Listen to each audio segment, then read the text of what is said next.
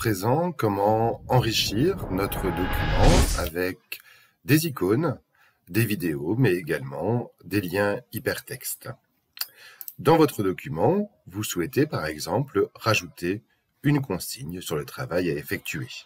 Vous allez donc saisir votre consigne dans le document et l'insérer comme je viens de le faire ici à présent. Toutefois, comme vous le voyez, elle ne serait pas très lisible et très visible par les élèves. Je vais donc choisir de la mettre, par exemple, en couleur, éventuellement en gras, et d'agrandir quelque peu la taille de la police.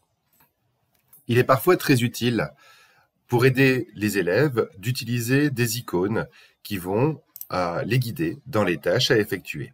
Pour ce faire, je dispose d'icônes directement dans Google Docs. Je vais donc me rendre sur Insertion, descendre sur Caractères spéciaux et je vais avoir à ma disposition toute une possibilité de caractères spéciaux et de flèches à ma disposition. Vous n'êtes pas obligé d'utiliser la grille qui est à votre disposition, mais vous pouvez saisir directement le nom d'une icône que vous souhaitez, crayon ici par exemple, cliquez dessus et insérez de fait votre icône dans votre document. Si vous souhaitez des icônes un peu plus modernes ou un peu plus représentatives, sachez que vous pouvez, depuis votre clavier sur un PC, directement activer l'insertion d'icônes en appuyant sur la touche Windows ainsi que le bouton avec le point-virgule.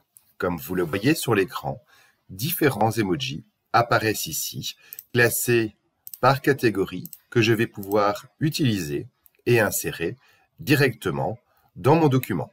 Je vais prendre ici par exemple la médaille et je vais pouvoir l'utiliser ici dans mon document, soit directement, soit par copier-coller à l'intérieur de mon document. Je souhaite par exemple, en plus de la consigne que je viens de disposer, rajouter une vidéo que j'ai retrouvée sur YouTube.